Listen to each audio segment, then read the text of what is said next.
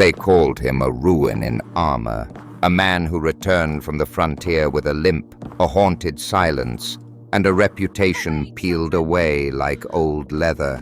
But beneath the scowl and the scars lay a mind that watched maps the way others watched prayers, counting angles, timing breaths, turning the smallest weakness into a blade. In a season when kings gambled their kingdoms on cavalry charges and bright banners, he quietly rewrote the rules of pursuit, supply, and deception, until 3 proud armies that had laughed at his name broke like waves against a shore he had patiently prepared. This is the story of how a broken soldier became the strategist every court tried to buy or bury. If you want the full, unvarnished tale, the betrayals, the choices, and the moment that changed a region's fate, subscribe to our channel now. When Aldrich returned, the town thought the war had taken everything it could from him. He came across the drawbridge with one boot scuffed and the other wrapped. His sword hung at an odd angle from a hip that never quite forgot the way it had been shattered. Mothers pulled their children closer. Old comrades offered averted eyes. The captain, who had once lauded his steadiness, clapped him on the shoulder with the hollow politeness of a man who had already written his report and decided Aldrich's name would be a footnote. They called him broken because he no longer marched with the unbending pride of youth. He paused at thresholds, listened for the rhythm of footfall like a man attuned to a clock that had stopped. That quiet, more than the limp, made people uncomfortable. It suggested thought where thought had been inconvenient before. Aldrich had returned to a county that had learned to manage on rumor and fear. The road to the market ran under the shadow of 3 earthen ramparts, where rival lords now posted scouts who traded insults and lambs rather than steel. Taxes were counted in grain rather than coin. The harvests had been lean, and the county's lord could not raise a competent levy without selling favors. Rumor named the lord soft, the steward venal. Inside the hall, gilded plates and a careful silence masked debt. Outside, men like Aldrich, those who had seen the frontier and come back with their lungs full of smoke, found no place that fit anymore. He did not ask for sympathy. He asked for a stable, a place to mend armor, a slice of barley bread. The steward gave him a loft that smelled of mice and an oath that he would be watched. That was the first humiliation, and humiliation became the seed of an education. To be watched is to see what watchers miss. While the steward counted grain, Aldrich tracked who came to the mill and at what hour. While the lord received petitioners in velvet, Aldrich watched the routes of their carriages, the weight of their horses, and which bridges creaked under the strain.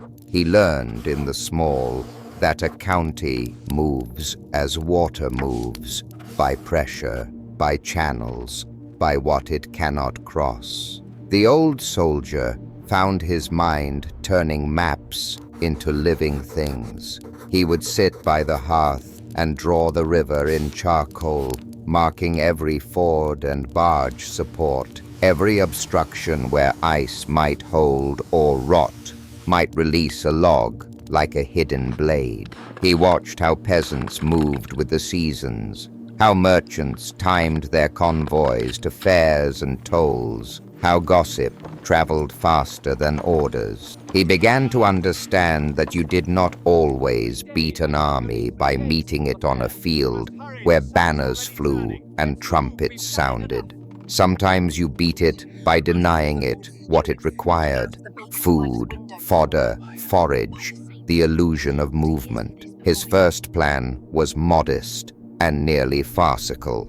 the Lord's steward, had contracted a mercenary company to patrol the southern road. They were loud, well-paid, and inefficient. Aldrich noticed that their wagons carried the same patterns of meat and grain shipments on predictable days. On a damp dawn, he borrowed 3 farm carts beneath the pretense of repairing a fence. With 2 neighbors who owed him favors and 1 old sergeant who still trusted him, he positioned the carts in a narrow hollow where the road passed beneath a copse of hawthorns. They stacked sacks of chaff and placed slow-burning faggots under the axles so the wheels would smoke before they jammed. When the mercenaries arrived, boots ringing and banners jaunty, they found the road clogged and a slow, choking smoke. Their commanders cursed and rerouted for hours to avoid the delay. By dusk, the company had missed the market where they expected to resupply. By the next week, the steward had to pay inflated fees to replace lost contracts. The mercenaries muttered about bad luck. The Lord muttered about ruin. Aldrich, who had nothing left to lose, watched both mutters as if they were confessionals. Word spread, because such things always do in small places. Some called the clogging an accident. Some called it sabotage. The steward, who had always measured men by their usefulness, called it insolence. He offered Aldrich a choice: service or exile.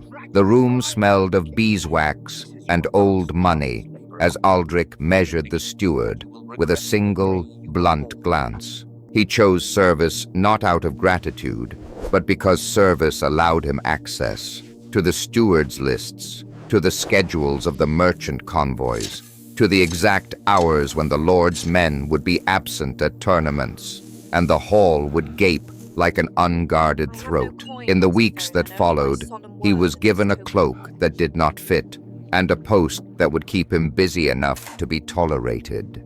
He kept his hands busy in the fields, but his head turned over larger design. He began to build something slower and more dangerous than the clog of carts. He negotiated with ferrymen who worked the river at night, paying them with promises heavier than coin: protection, later favors, the release of an old debt. He taught a handful of farmers how to hide grain in pits lined with lime, so that when a magistrate inspected stores, the pits would be overlooked. He encouraged market rumors of disease in the eastern barns, without naming any sick animal.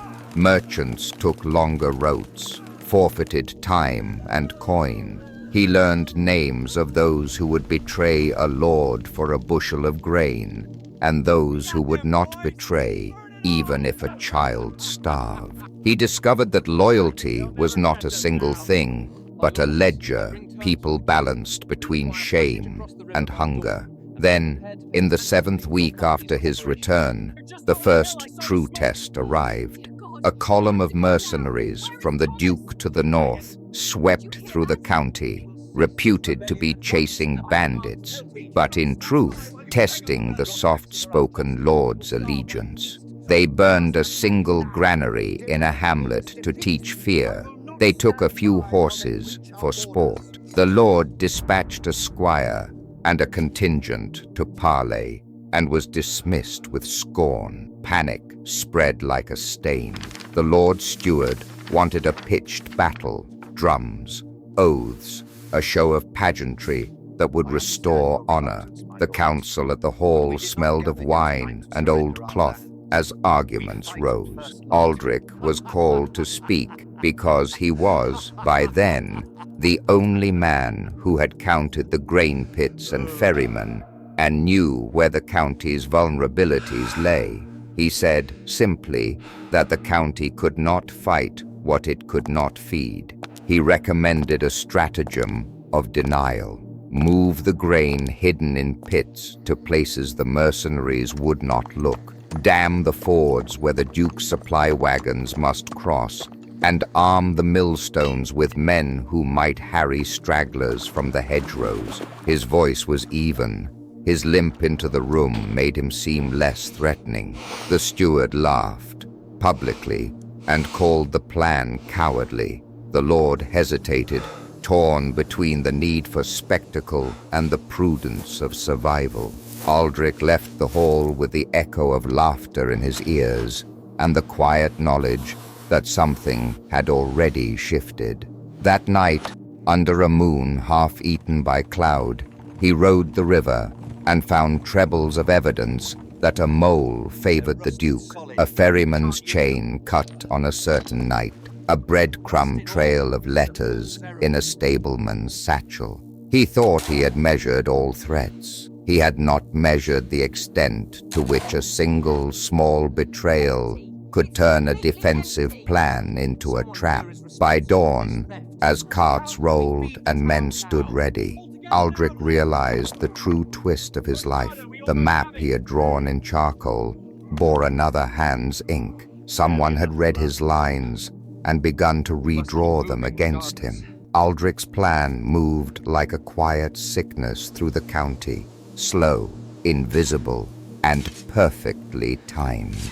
He did not gather a host to meet banners. He unmade the banner's life. Ferrymen who had been promised coin for a lifetime found their chains mysteriously rusted and their boats taken out of service by winter rot. Aldrich had encouraged. Grain that had once filled the Lord's barns was shifted into hidden pits under lime and stone.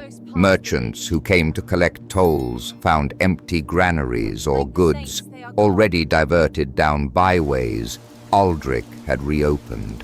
The first northern column, once noisy and swaggering, learned that wagons broke at odd hours in isolated hollows and that fodder was gone when dawn came. Men weakened, tempers frayed, and discipline eroded. Small raids and ambushes by farmers with sharpened scythes and Aldrich's secret rangers picked off stragglers until the Duke's men chose slow retreat over the certainty of attrition. The Second Army came because men talk and because lords make mistakes in pride. A neighboring baron, hearing of the Duke's humiliation and egged on by gossips who mistook survival for weakness, raised his banners to reclaim what he called honor. Aldrich met him with a strategy of mirrors, false scouts, counterfeit letters sent to the Baron's quartermaster claiming new supply caches in the north, and a deliberate, visible relocation of the county's few oxen and carts, so that the Baron believed an easy supply would follow his columns. The Baron marched sure of his prize and found only riverbeds and hollow promises. His men lived off the land, and the land had nothing left to give because Aldrich had taught it to hide its yield. The Baron's captains quarreled over hunting rights. Men drank, blamed, and broke into fights. The Baron, raw with shame, ordered a charge that dissolved into mud and confusion. When he finally retreated, he did so with less pomp than fury, leaving behind a string of deserters who told tales of a man in a patched cloak who had turned weather, roads, and rumor into weapons. But the true test, and the worst of Aldrich's choices, arrived when the Crown, disturbed by reports of unrest along its periphery, sent an imperial detachment to restore authority. Their commissariat was efficient, their officers trained to sniff out the hand of a saboteur. Aldrich knew he could not simply deny this force forever. He had to break its rhythm, and to do so he chose to strike where the Empire trusted least: supply. He bribed millers, blackmailed a tax collector, convinced a magistrate to close a minor bridge for repairs. At night, his men worked underwater, loosening plank anchors and cutting hidden cables, so that wagons would sink into a treacherous ford, and men would drown or be scattered. When the imperial wagons bogged and men were crushed beneath timber and cart, there was no single battlefield to mourn, only the slow, unbearable collapse of lines, the rancid smell of damp grain wasted in pools, and the bright, useless banners drifting in a rain-sodden ditch. People suffered. Women who had stored seed for spring found barrels gone or sodden. An old ferryman who had betrayed a contract to the Duke died of fever weeks after the imperial attack. Aldrich watched the body carried to the pit and felt a weight drop under his ribs that would not rise. He had not wanted this. He had accepted that his choices would not be neat. The county did not speak of glory. It kept ledger entries of mouths fed and children who would not wake. Aldrich learned the ledger's language intimately, and it read back at him like accusation. 3 armies withdrew in disarray across weeks. First the Duke, then the Baron, then the Empire's detachment, each convinced they had been bested by chance, by winter, by a cunning enemy they could not name. The county breathed. For a while the peddlers returned, and the Lord's Hall rang with cautious relief. The steward who had mocked Aldrich now sent invitations that smelled of oil and false praise. Honors were offered, positions that would have granted him a small court and a comfortable bed. Aldrich took none of them. He had traded a limp for a map that could not be unlearned. To accept power would be to trade one betrayal for another. On the morning the steward promised a medal and a seat at the table, a messenger arrived with a seal from the capital, a summons to answer charges of unlawful obstruction, of endangering royal supplies, of inciting peasants to hide state grain. The steward's smile found its least used line when he handed Aldrich the parchment, too eager to be innocent. The messenger spoke coldly of losses in the imperial detachment and of correspondence suggesting coordination between a local agent and enemy commanders. Aldrich's hands were steady. His mouth did not form words of outrage. Instead, he opened his cloak and laid on the table a ledger, names and receipts, ferryman's bribes arranged by the steward, copies of contracts sold secretly to mercenaries. The hall fell into an audible pause, the kind that lets a man hear his failings echo.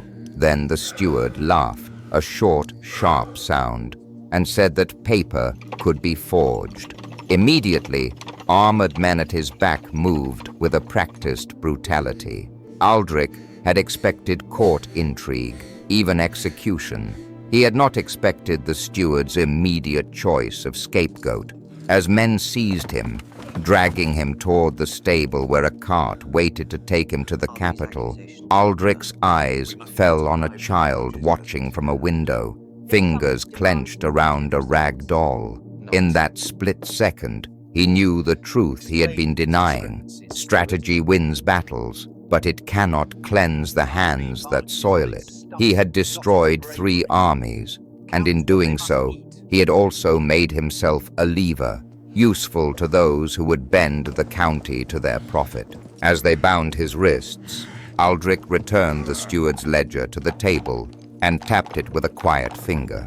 "Look at your own hand," he said. "You will make a gallows of my name to hang your own guilt upon. But when men ask what kept the banners from our fields, tell them it was a broken soldier who learned to count what an army must eat." The steward's grin did not falter. Officials read the summons and called for order. Aldrich was led away with the same limp he had arrived with, only now the limp seemed to carry a new weight. The knowledge that survival often required moral compromises he would wear like scars. Power is not only won by steel and trumpet, it is won by the quiet, often ugly work of logistics. And that work will force choices where every outcome leaves blood on someone else's hands. If this story moved you, remember to subscribe to our channel for more true, complicated histories told without gloss.